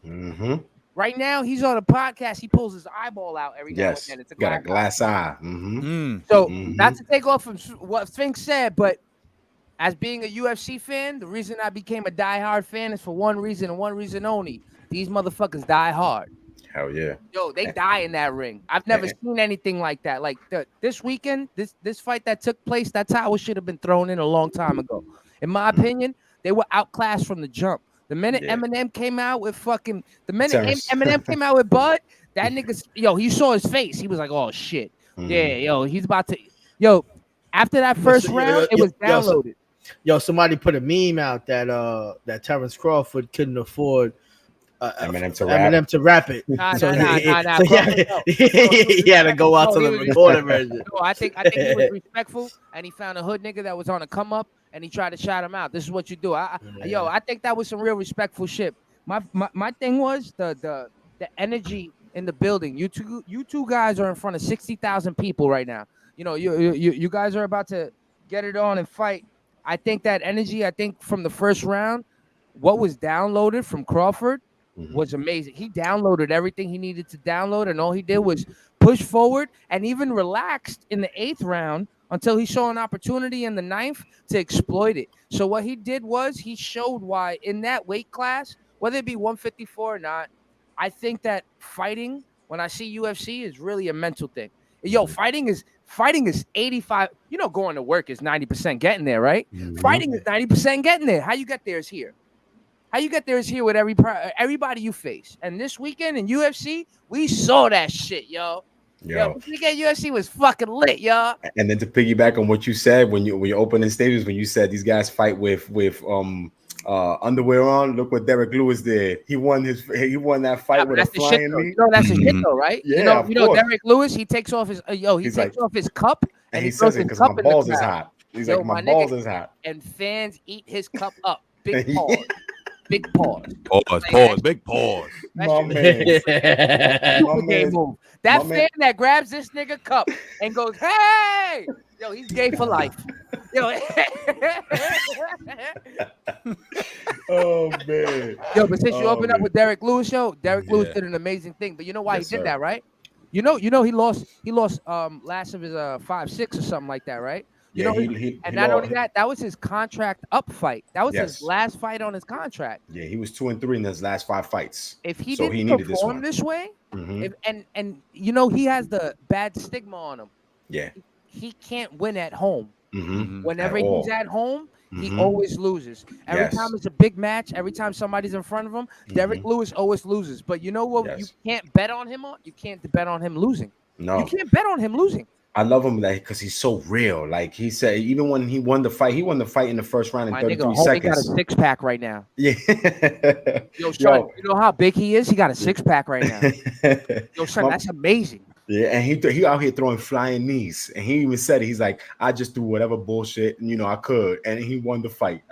That's why I love him. That's why I want him to be a champ. Yeah, he's all cap. Yo, so that nigga like that. So I'm gonna ask both of y'all a question because I watch UFC, but I'm front. I watch the main event shit. Y'all watch everything, y'all hardcores. Yeah. You know what I mean? Y'all hardcore dudes. So I know that Alex and the other dude, Jan or whatever, Jan, whatever. Yeah, they both. So like, so Alex, yeah. All right, so Alex won the fight, right? But like he's a newcomer. He only fought 10 fights, 8-2, right? Other dude fought like 29. You got like 29 and 10. 29, 10 and 1, yeah. So yeah, you can do whatever you want. So high sports talk. Yo, high sports talk. So now, who do you think out of that? So he won. Do you think that was just because he was just a fighter who didn't have enough fights, and then he fought a fighter who had too many fights? UFC is brutal as shit. Is that why you think he won that? So if they would have a rematch, the rematch. I'm asking your opinion. I'm asking your opinion if they would happen to fight again. I'm gonna tell you something. Besides the controversial W that Pereira got, Alex Pereira got the controversial W. Very controversial. All right, you can have that. Besides that, I'm gonna tell you something. You say 10 fights. I only thought 7 or 8. I'm gonna tell you something. The way UFC has learned to build fighters up is completely different from what they used to do. Yes. They used to throw new fighters. Yo, Justin Gaethje fought Poirier with his 3rd fight. Yes. Understand this. They used to throw new fighters. If you're really good, let me throw them against the best no matter what. Yes. So with Pereira, before Pereira fought Blachowicz, he fought Adesanya. And what happened? First fight, knocked the nigga out. Second fight, got knocked the fuck out. Listen, the 3 fights before that knocked all his victims out. So what they did with him, they didn't put him in fights that he could ever lose. They put him in fights where they thought if they rolled the dice, it could happen. He could win. Yes. See, Blachowicz, the problem is, I'm gonna tell you. You know why the judges gave Alex the fight, and it's not because of the UFC. It's not because of the UFC dichotomy. The dichotomy is if you didn't beat the champion, you ain't the champion, and that goes for everybody who's a regular fighter. If I'm on the come up and I got 9 fights straight, if you didn't beat me straight up, you ain't beat me at all. So I don't care how many punches you got off. I don't care if you brought me down 10 times. If I broke your jaw with 1 punch, the judges are going to give it to me because they're going to see that I got 9 fights and I broke your jaw with 1 punch. Yep. This is the UFC dictionary. The reason Jan lost and he will keep losing is because he's old. Yeah, and look what what's Dana White's most famous quote in the UFC? Don't leave the match to the judges in the scorecards. What are you doing? You're a fighter. What did Masvidal say when he came from Mexico? He said, when I came from Mexico, they told me something. I learned something. He said, in order for me to start winning these fights, because I lost 5 out of 4, what the fuck is going on? It's all decisions. I got to start knocking niggas out. And what he did the first fight after that, he gave Ben Askren a knee to the face. The fastest knockout at that point in history. But you gotta understand that, I understand why Jan, he lost because he's old. Jan was winning that fight, bro. Jan was on him. He was tired. He was breathing hard. son, if you 250, yo, let's call a spade, guys. Yo, at the weigh-ins, they have to weigh 205 because that's what you have to fight at. That means your body is drained. So you know what you regularly walk around with or fighter it is at least 20, 30 pounds more. Yo, when it comes to Alex, I think his weigh-ins was 205, but his weight is probably 225. When it comes to Blachowicz, I guarantee his weight is like 255. That's another 20 pounds you walk around with, got to put weight on. If you ain't conditioned to deal with that weight, what's going to happen? The judges are going to look at you like you're tired. And if you get ever hit once or a knee, that's it. Let me ask you, G, who you honestly thought won that fight? Because in my opinion, this is just me, I felt like John won that fight because he was on in the first round. Last round, I felt like Alex won the second round for sure. So I want to hear your thoughts. Maybe it's me, I'm tripping, but I thought like Jan won that fight. Who won that fight is exactly who the UFC say won that fight. Yo, you know what? Well said. And you know what? Well said. No, but it's only for one reason. It's not because who was the better fighter that night. It's because of the reality of the business. It's just like boxing in some sense. Reality of the business is my man's 41, and the way he looked that night. If we give him another fight, who are we gonna give him? 5, 6, 7. We can't give him 1, 2, 3. So we know we can give Alex 1, 2, 3. We know, even though he got brought down, he got beat up. You know what that takes? That takes a little homework. You go home, you learn how to wrestle, you keep battling it off. You still had energy to keep going. He goes 5 rounds. He's a kickboxer. You gotta understand, but Jan is the Polish power. I will knock you the fuck out 3 rounds. This is what Jan does. It's, for me, I noticed that they were out. It was 2 different leagues, and you put an old man against a man that was just on his prime. And just had a belt. Is on his prime though. Yo, he just had a belt. He just had a belt. Prime. He's in his prime. Yeah. Talking about prime, and talking about old guys. You know who I felt bad for watching, and I love this guy for so many years. Tony, man, Tony. He was on a 5-fight losing streak and then losing to Bobby Green like the way he did. I'm like, dude, and you know, for years people ducked Tony. People ducked Tony for years. Tony, Tony reminds me of Cowboy Cerrone. I love these fighters, but you know what the problem is? We recognize that they fought people that they were kind of out. They outclassed them. Yo, this is different when you pick up sand, throw the elbows. All right. Everybody has to notice, in my opinion, just with the Blachowicz situation.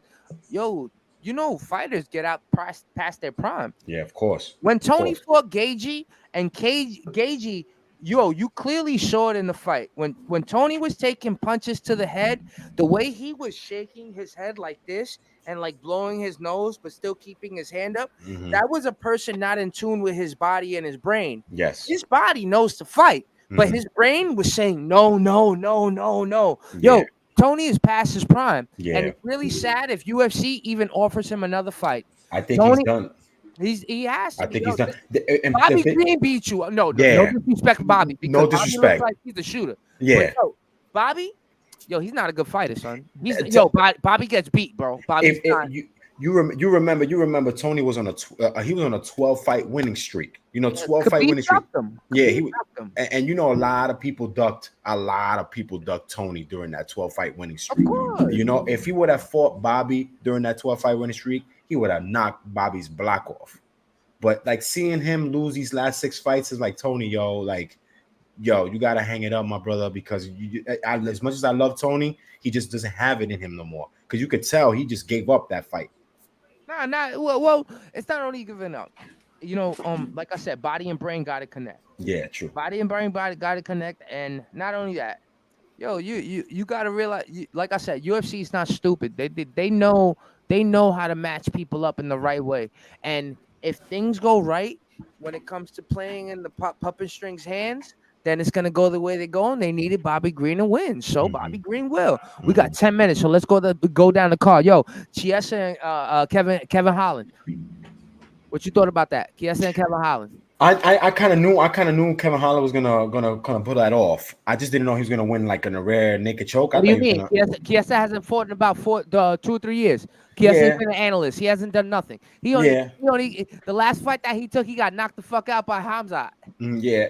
Who Holland? Yeah. No, Chiesa. Yeah, last fight he took. Yeah, and remember, last fight, Holland had was against the same individual. That's why they put him together. Yeah, so I knew Kevin Holland had something to prove because the way he lost to Hazmat the last fight, he lost to him so easy. Like, you remember that fight? He came in, put him in the submission, that was over. You know what it is, and I don't want to spend too much time on this because a matter of fact, I'll spend exactly 4 minutes because it deserves that. Yo, these Russian people, because we got to do the last 5. I'm really good with this shit. Yo, we got to do the last 5 for Dustin Poirier and Gaethje. But yes. I'm gonna tell you, with these Russian people, they wrestle bears. This is not a joke. These people, Sambo. That Sambo shit is no joke. No, we live in a community, people, whatever, chill, go to the bodega. You know, we wrestle thugs and niggas with guns. Facts. They wrestle bears and they wrestle animals. And when I tell you that, that's crazy. It's their father. It's their father putting into beating their ass, being a fucking, some of us don't grow up with that bullshit, right? We don't have a dad. But they really have pops sitting right there. No, you're gonna do this, you're gonna do that. And then you have the religious aspect of it. Half of these people that are really dominant people in the UFC that got championships, they are religious monsters. I don't know if their God is better than my God, but their God does something for them. So look at but their mindset, we can't even understand. So you know why they beat our champions so easily? Because their mind. I think it's because our champions can't deal with their mindset. Like in that moment, you're like, oh my God, God is behind him, not me. What you mean? He's feeling like that because he goes so hard. He just drank goat's blood last night. You know what I'm saying? Like niggas go so hard over their shit and it goes. That's nigga G crazy. Nah. I disagree because I'm pretty but then if you want to say something like that, then I could quickly just bring out somebody like Mike Tyson who didn't even he didn't even spar, do nothing, train, fuck bitches, do whatever he wanted to do. Mike Tyson right now. No. You're living in 98, live in 2023, and I'm going to ask you something. Find me a nigga. What? All right, Gervonta Davis. Maybe that's the closest one. Find me a nigga like that dominant right now. That dominant, that don't look like he chokes chickens or something. I'm saying Crawford. Niggas look like they do extra shit to get championships. We just showed someone. Like, Terrence Crawford just looked like he could just fight anybody. Like, he just showed it on Saturday. True. But he's always looked like that. He's got a 40-0 record. No. I'm talking about. I'm saying something in a difference where Terrence Crawford actually looked like he had competition. Yo, when you look at these fights, right? When you matched up Khabib and Conor McGregor, do you know the pay-per-view values? Everybody actually thought that this Irishman can beat this wrestler from fucking Dagestan. That's the difference. But that's a difference. See, like, and Crawford. All right, and this is my quick, this is my quick rebuttal on how different how UFC is depending on what boxing is, right? I'm just saying, because because UFC there's multiple fighting styles. Boxing, they got to box, and they has one job. I just gotta outbox this dude. I fuck with Jake Paul though, because Jake Paul. You fuck with Jake Paul, son. See, but with UFC, there's multiple things that has to happen for the fight to go right. Like, you might fucking catch, you know what I mean? And I'm pretty sure your next segue is gonna go into the fucking kick that Gaethje just threw that came out of nowhere and won me $80. Gaethje don't throw kicks like that. That shit won me $80 because I was tight and I was like, I was like, yo, this shit got to be 1-1. But now my question to both of y'all, because y'all watch UFC like a motherfucker, and I just watch the main events. So now, if this does go down to 3, 2-part question. If this does go down to 3, number one, how do you think the fight's gonna take? Like, you both think they're gonna just keep fighting like they were fighting in the first 2 fights, or do you think one of them are actually gonna play their specific advantage to their abilities, like how they usually do? Because one of them can wrestle and the other one can't.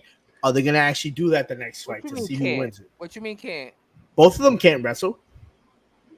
You're comparing accolades. You're comparing Gaethje's accolades to the fact that he has a couple medals in wrestling and all that, saying that Poirier can't wrestle. One, Poirier does have a black in jiu-jitsu, but Poirier does wrestle. So to say he just chooses to fight with the hands. He just chooses. All right. Go ahead, B. So who wins on the rubber match? Go. You go, Ed. I feel like I'm first. Let me continue with this match. Like Justin came out of nowhere with that kick. If you was watching that fight, I feel like it was going into Dustin's hands. I feel like Dustin's gonna wash him again. But then that kick came out of nowhere, and I'm like, yo, Did it really though? Did it really though? Did it really though? Did it really though? Think about the round it came in. Think about their not tied. Let him finish, G. Like, can we let Ed talk first? Like, yo, G hype right now, G. I love it. I love it. Yo, man came in. I love it too. This is good. This is good. This is good. This is good shit right here. My man came out like Peter Quillin. This is good shit. First round. This is great. Yo, I love it. I'm just asking, like, when you really you watched it once, maybe. If you watch it twice, right? I don't think you're gonna feel the same way you're feeling right now, B. Poirier had it, but was it that he had it the same way he beat fucking Dustin the first time? Was a clinic. Dustin stood up for himself, but there's a difference when the bully is not strong enough to beat you up and you're just being tough and the bully outclasses you. Dustin was being Dustin, B. But Poirier wasn't the same Poirier. Yo, he took those punches a little differently. So what we talking about? Because like you're confusing me saying Dustin or Justin because it's Dustin and Justin. So I get it. Yeah, that's what I'm saying. Like, because Justin just won and Dustin won the first one. So let's just use last names. Let's use last names. Poirier. Right, so this is why they do that. Gagey and Poirier. How Gagey engaged in Dustin Poirier in the second fight? How he engaged in him? How he took those punches? In my opinion. He did it to set up what was going to connect. No, it was what was going to connect. All Whitman trains. You got to understand, Whitman, all he does is train hands. He had fucking Kamaru Usman, who is just a wrestler, and all of a sudden he knocks out Masvidal. He breaks Kobe Covington's jaw. You know, you got to understand that Whitman trains hands. I don't know. He don't. Maybe he's not the best. Maybe he's not up there, but he trains hands. So the fact of the matter is, Dustin's been training hands to not only take a shot. You could take it. Dustin Poirier is cross-eyed. Yes. That nigga could take a shot. Yes, but he can. It's not taking. Is he really? Shot. Yeah. You didn't see him. His fucking eyes are cut. He Tracy McGrady type shit. Yeah. It's not taking a shot. It's the fact of how you deliver it back, and that's what it was. In my opinion, it was the same fight as the first fight. The only difference was my cardio. You thought you was going to beat me up. I'm going to show you. I'm going to block things from you. And when I get that time, then I'm going to expose any absence that you're not blocking. I'm going to expose every absence that you're not blocking. True. I agree with that. I agree with that 100%. I just thought, like, coming into this fight, I thought Poirier was going to come in just like the same fight and win this fight. When Gagey came in, and you saw Gagey's adjustment, like he was saying. You got to drop the G. Great Gagey. Gagey. Sorry. I suck at pronounce his name. Gagey. When he came in, you could tell he adjusted well to this fight. That's why when he won the way he won, I was on the train and I jumped out of my seat. I was like, holy shit, he fucking knocked him out. Like I couldn't believe it. But if they do, like to answer Q question, if they do go to a rubber match. To be honest, the way this match ended, I don't even know. To be honest, my purest opinion, I don't know who could win this fight because I'm gonna go with Poirier all the time. But the way Justin came in, I don't know. Like it could Poirier wins the second. Poirier wins the third fight. Poirier wins the third fight. Yo, what's crazy is like this is a type of these are the type of fights I unless like. Justin is like because I don't like that. You know what I mean? Like I do like I understand. I totally respect UFC, but like for me, like when I see these fighters like pound and ground, they punch each other in the face, they give each other the respect. You know what I mean? Like, and they know one of them has the upper hand. They can use it any one of their times. That's always that like that. Watching that fight, and I watched it, and to be honest, I didn't want to watch it. Like I did ask, like it happened right after the Errol Spence fight. You get cringe. You get cringe. No, the Errol Spence fight because I watched the undercards for the UFC fight, and I watched Errol Spence fight. That shit ended early because we know what happened, and then I cut it off, and I'm like, yo, man, let me see the UFC shit's going on. I'm like, oh shit, I'm just hopping on right into the Poirier fight. I'm like, all right, let's see how this goes on. First round was dope. I was like, this is crazy. I'm like, all right, these niggas really do fight. I'm like, all right, they keeping it thug. I'm like, all right, they keeping it real, like how they did before in the first fight. Wait, why do you get bothered? Why do you get bothered? Where did you get bothered? Because, no, because like that. I could see. No, I don't get bothered. I respect them because you know what they're not doing. They're not using because they both can wrestle. They just want to fight. They want to stand on their hands and just fight each other. Mm-hmm. They really didn't put nobody to the ground. Nobody tried to out wrestle nobody. Ain't nobody tried to put nobody into the arm bout. Which I understand. No, which I understand. You know, it's fun. It's technical. This is why I don't play UFC. And you know this, G. You gotta understand, Charles Oliveira. You gotta understand, like. Yo, when niggas fight him, they get annoyed. Yo, you get annoyed by Khabib. Yo, yes. Fucking annoyed. No. Mm-hmm. Like, and this is why I bring it to the point this is why I bring it to the point when I saw that it was like playing a UFC game. If I ever fought you, I would be annoyed. I saw that kick. You may want to knock a nigga out, but if you find a way you're not gonna knock me out, you're probably gonna try to take me down to the ground. And the problem is, I'm gonna be annoyed. Like, yeah, you're right. Listen, I call fat niggas and they're annoying. They're annoying. Right, listen, this is not what we're talking about right now. We're talking about Gage and Poirier. But I'm telling you, this is why these niggas don't wrestle. They don't wrestle because and it's annoying, and I know what I'm good at.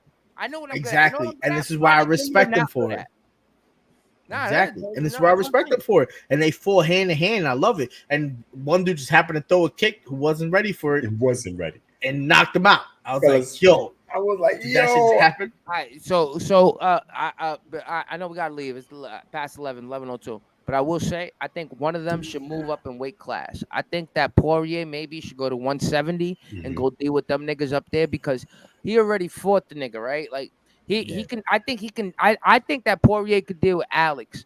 I think that Poirier and Alex Volkanovski would be a dope fight. Oh, wow. Yeah, what are you talking about? No, I love that. You're talking dirty. That's what I'm saying. Like, shit, I love that. Poirier needs to go where his check is. And the fact of the matter is, I don't think Poirier's going to touch the championship again. So beat these niggas up while you're going to the top and just go ahead and show niggas, like, be the gatekeeper. Like, yo, you're done. Or that retire. Yo, you're fucking 36, 37 years old. Retire. You're on top. You beat Conor twice. They call it red panty night for a reason. Yo, you literally, you've touched millions of dollars 2-3 times off of just fighting one person. So it's like, you can retire and cap it up. If you're not going to cap it up, disrupt the fucking league. Fuck the league up. Go fuck everybody up that thinks they're the greatest. Fuck Hamza Shemaiah up. Fuck all these niggas up. Go over there. Fuck Alex up. Go over there. Why not? Deal with 170. You dealt with 170 before. Like, you done this. Like, yo, we seen Weidman. Weidman was sitting there at 185. Oh, my God. And besides him breaking his leg, he was the championship. Yep. Like we seen this shit before. Yo, go up your way, fuck this shit up, and then get your money and be out. Word up. Your fucking hot sauce, and it's all good. I need to order some of that shit. With that being said, let's wrap it up. Yo, we're gonna do it right now. Yo, thank y'all for having me. No, I'm out of character, y'all. Say no sinner coming out. Man, we're gonna My man Quest right here. Shout out to Speak No. Yeah, we can always do the shout outs, man. Yo, but like we gotta do it. We gotta do it officially right now, man. You know, like we had a dope ass show. Let's all just like that anyway. Let's all just let's all just, you know what I mean? Like I know our tensions are high because of what we did tonight, but like right now we just need to. Right now, like yo, G, we in the shot. We're taking the shot. Yo, G, I'll bust your ass in 2K again. You heard? I bust your ass. Yeah. When I go to your crib, whatever. Yo, so we start the show with a shot. Today we didn't do it. So tonight we're gonna end it with a shot, and I'm taking my shot, right? Yes. So I want to toast. Do the toast, Q.